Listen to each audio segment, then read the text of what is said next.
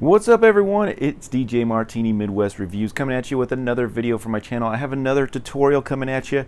This one is going to be how to replace a subwoofer. I got a couple questions out there, how to replace things and things like that.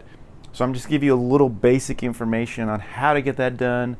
Hopefully it's not too long of a tutorial. Just want to show you how to get it replaced, things you might need, things to keep in mind, and things like that. So thank you for tuning in DJ Martini Midwest Reviews and Tutorials. And I can help you in any way. Please lock into this channel. I have a lot of content coming to you this summer and on all kinds of items, anything I can get my hands on to review, I am bringing it to you. So if you like videos like that, tune into my channel, DJ Martini Midwest Reviews. I like to review things, I like to help, I like to give the information out to you as easy as possible, do the research so you don't have to, and then leave some links in case you guys need some items that I'm reviewing. So thank you so much for tuning in, DJ Martini Midwest Reviews. Let's lock into this video on how to replace a speaker. Now, this could be a subwoofer, this could be a woofer, this could be a normal speaker in one of your PA speakers, or just a normal bookshelf speaker, anything. This can kind of universally work for a lot of different things. So some things to keep in mind when you're doing this. One, if you have a powered speaker, make sure it's been unplugged for a little while because amps like to store power.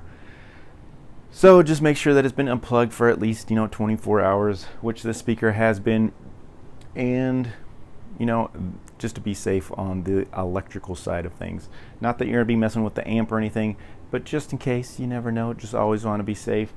All right, and then some tools you're gonna need for this project. You'll need a replacement speaker, of course, so I did pick up a replacement. These are some 10-inch woofers that I have in this particular speaker. This is a boy tone speaker that I reviewed a long time ago that had some chintzy speakers in there that over time I have blown. I have blown one of them. It's playing it at very high levels. You might occasionally get a crackle or a pop, which I don't like, and so I'm just going to go ahead and replace it. And I already kind of upgraded these speakers with a sub that could do that, but because I was pushing just a little too hard, I meant the factory one that was in here is crackling and popping. So I don't want that anymore. I'm going to go ahead and the one woofer that I already put in here, I'm going to move that one to the top, take out the factory one, and then move a better actual subwoofer from Polk into the bottom. But it's still going to be going full range. I'm still going to be using it full range. And make sure that everything fits and everything. So hopefully everything works out here. But usually when you order a replacement subwoofer, it should work for items like this. If you're buying an actual car speaker, be careful because sometimes those are a little bit bigger. So make sure you check the measurements and everything, and then so you don't have to do any kind of alteration to this box or anything. Other than that, you will need some wire cutters for sure. Maybe a knife of some sort, and a power drill. Definitely going to help you get all screws out and everything that you need like that. You're going to need some speaker wire. You're not going to really need a really huge piece because you might be able to recycle the wire that's in the actual unit itself, but in case you need some, you might need some wire. This is 12 gauge wire. You could use whatever you can get your hands on.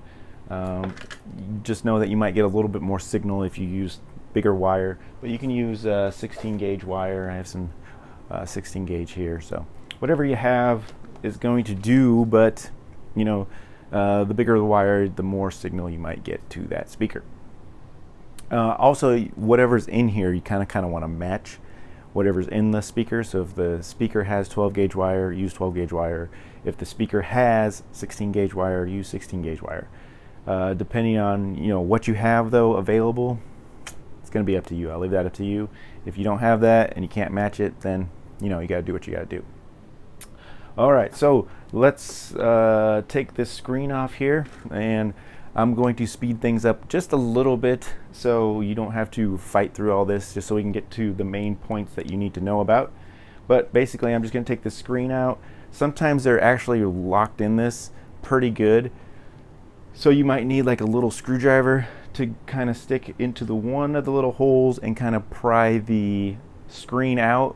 In this case, I'm not gonna have to do that because I've actually taken this part before, so it's gonna fall right off when I get this out. So I'm just gonna take this last screw out that I had here. So I'm just take that last screw out and my screen should be coming right off. And we can set that to the side. And you notice I have my speakers here. Now, like I said, I've already replaced this speaker here, but I don't want it where it's at, because actually this is the bottom of the speaker here. So I want to actually move this speaker up and move this speaker out, because this is a factory speaker that was sent with it, which are they were okay, but you know, you push them loud and they didn't really like the high sound, so they started crackling and popping a little bit. So I'm going to go ahead and have to take that out. So I'm going to go skip to that part where I get those speakers out, and then I'll show you where I go from there. We're back. I have all the screws out of the subwoofers. Just make sure that you're really careful. Take your time. Jobs like this are supposed to be fun and just keeping you entertained. And so just take your time. Try not to get too crazy. Start going fast. And in the past, I punched a hole through my subwoofer with my drill. So it has happened. So you just be careful when you're taking the screws out, and you know, don't go too fast. You don't want to puncture any holes in or do anything like that. So take your time. All right, so once you get all the screws out, speakers will just pop right out. You can see right here that these actually have, looks like 12 gauge wire. So it's, or not 12 gauge, but 16 gauge wire. So it's not very, very thick wire. So I'm just going to stick with the smaller wire that I have. So these will, depending on the company, usually they're soldered on, so you will just kind of have to clip them off. So these are soldered on. I'll show you what that looks like here in a second. And like I said, I've already got into these speakers before, so I'm going to go ahead and just cut these off. And I've always used crimps and stuff to put the speakers together. But I'm going to go ahead and just cut these off here at the crimps, because I'm not going to recycle the crimps or anything. So I'm going to go ahead and just clip those. Don't worry, you're not going to hurt anything. Okay, so I got that taken off. And I just want to, from the factory, they're all going to be soldered on.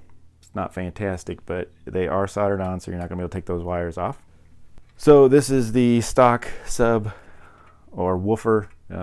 Paper cone, pretty cheap. This is a 8 ohm woofer, I believe. So this is the one that is blown, so I'm going to be just getting rid of that. And then this is my replacement Studio Pro, which is a 150 RMS woofer, which is pretty nice, made for full range.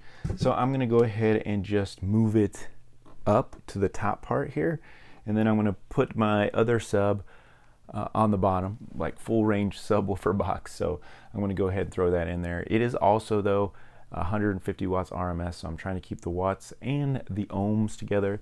This is an 8 ohm amplifier, so if you stay within the 8 ohms, you will be okay. Now, putting these subs, wiring them together, it is going to give me a different rate of ohms, but as long as you stay consistent with 8 ohms, 16 ohms, things like that within there, you will be okay with your amp. Okay? All right, so I'm going to go ahead and cut this off, and then I'm going to show you how to really connect them and things like that in just a second. All right, so I just want to kind of show you how quickly I hook these up. So I did put some portable little clips on here so I can easily take these out and in if I ever need to do that. So, but I do want to show you how I do wire. So when you strip, you'll strip your wire with the wire strippers, of course.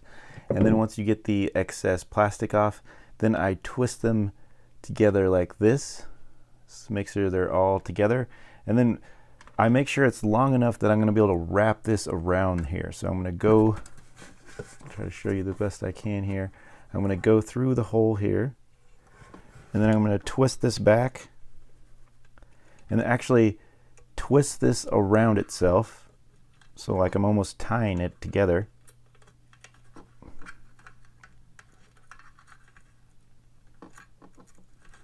And then I'm going to wrap it around.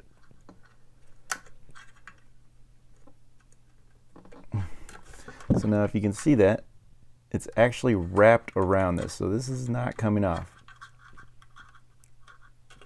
And it actually is a really good connection. Now, to further make this a better connection, you probably should solder these.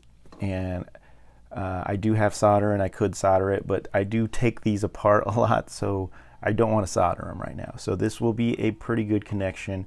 Once you have them tied and wrapped, it's literally twisted around and tied around really tight around that connection. So it's pretty good. Now, if you want to throw some electrical tape around here just to protect the two wires there as an added protection, you could, but the best thing to do would be to solder those on. All right, so you saw my first method with the twist and using electrical tape. That's definitely the cheap and easy way to get it done. You could also solder, which is a little bit more expensive to do. You get solder, you have to have a soldering iron. That would be another better way to get it done there. But another way to get it done as well, just to show you, is if you have a kit like this that has various little crimps that you can crimp onto the wire yourself, and then you can actually put those on the speaker. You can see there. And you can quick connect as well. And that is a solid connection as well that you will get. So that is also a option. Like I said, I take these apart a lot and mess around. Particular speaker that I have here.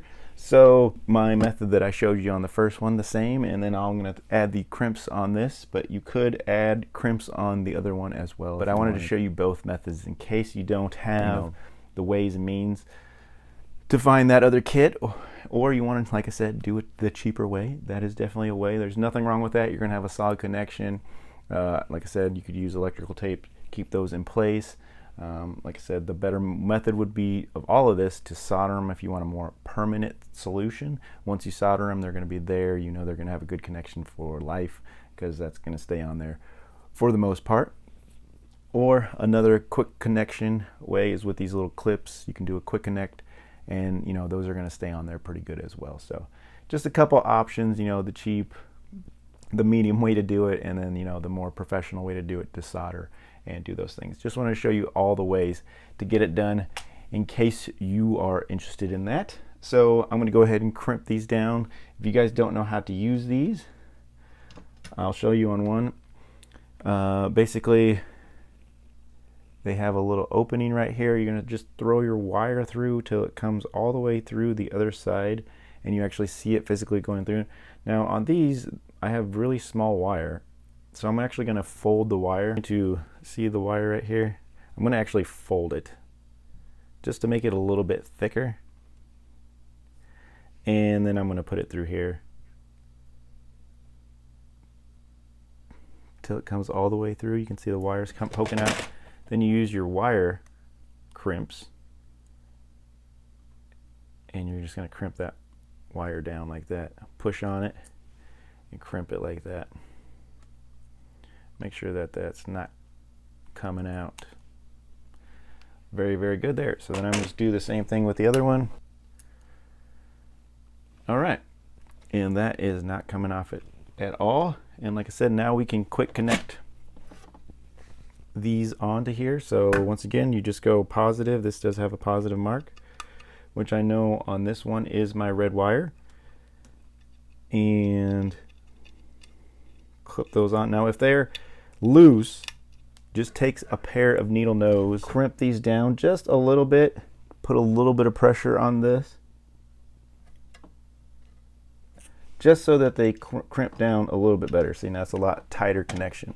So if these are a little bit loose in there, you can just take your needle nose and crimp them down just a little bit so they make a tight. Don't crimp them all the way down.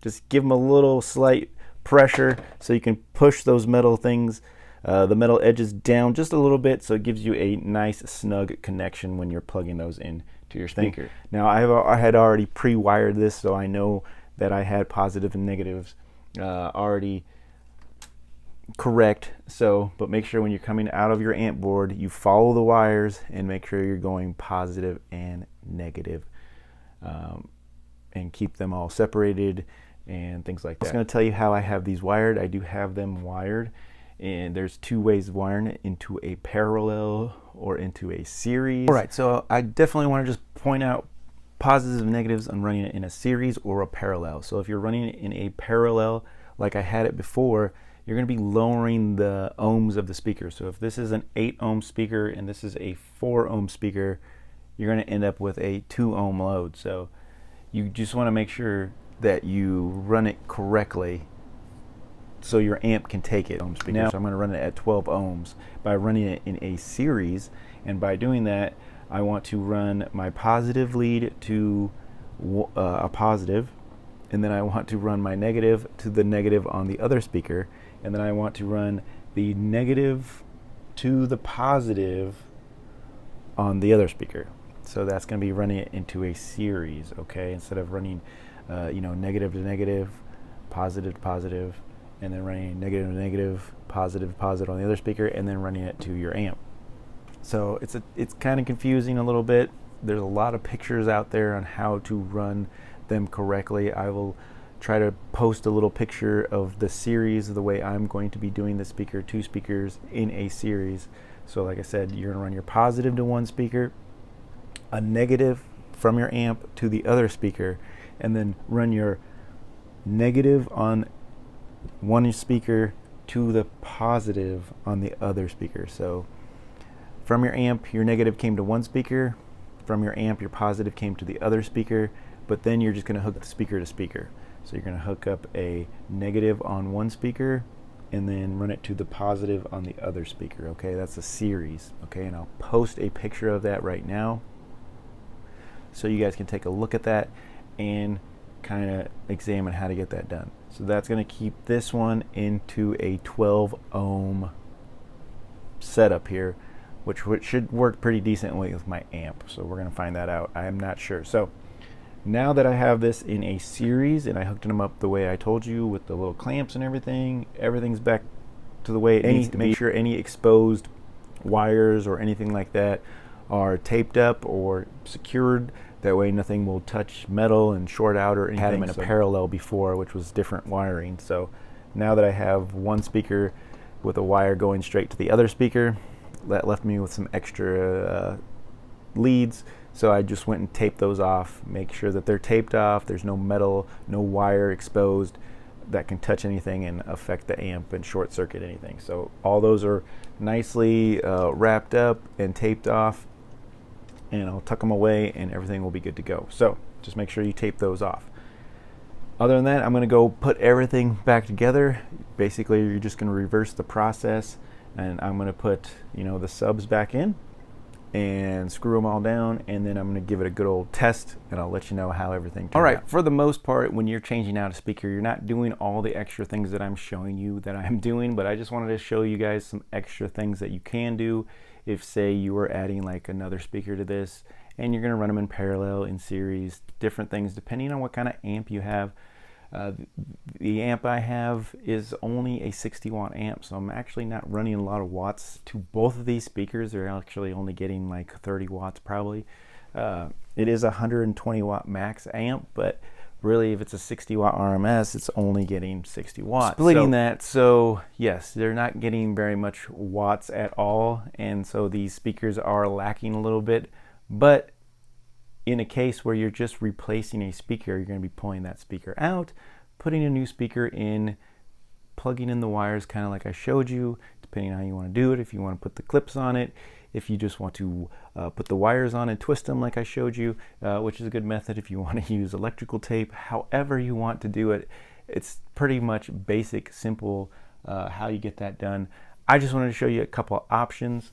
With this particular setup, I ended up putting a crossover for a low pass on the sub, so that is great that it's only getting the low pass filter. It's only getting the lows in there instead of the highs, because it did work without it full range, but at high volume it just didn't sound quite right to me. So putting in the low filter actually helped it out a little bit. It sounds pretty good. I do like it. It's just enough for this unit to work correctly, and I wasn't looking it to be crazy or anything. I just wanted it to work and be able to get to a decent volume, which it does. It works great off my iPad. It's a great little portable speaker now that I can use for various things. And you know, it sounds just about right. It does have a little bit of an audible hum. I don't know if you can hear that. Just a little bit, but most speakers do have a little bit of an audible hum. I just wanted to show you a couple options, how to hook things up when you're talking about speakers, the difference between a parallel and a series, and you know, give you the basic knowledge that of how to swap a speaker out if you really needed to. So it's not too hard. You basically take the speaker out and clip the wires, reconnect the two wires together, positive and negative, and you're basically done. So I showed you a lot of extra stuff, but maybe that'll be helpful for people asking questions out there. Thank you so much, DJ Martini Midwest Reviews. Thank you for tuning in. If this was helpful at all, put in a like or subscribe to my channel. Also, I'm just going to let you guys out with a little sound test on the way out, and then that's about it. So thank you for tuning in. Stay tuned for more content on my channel, and quick tutorial, let you go out with a little sound test.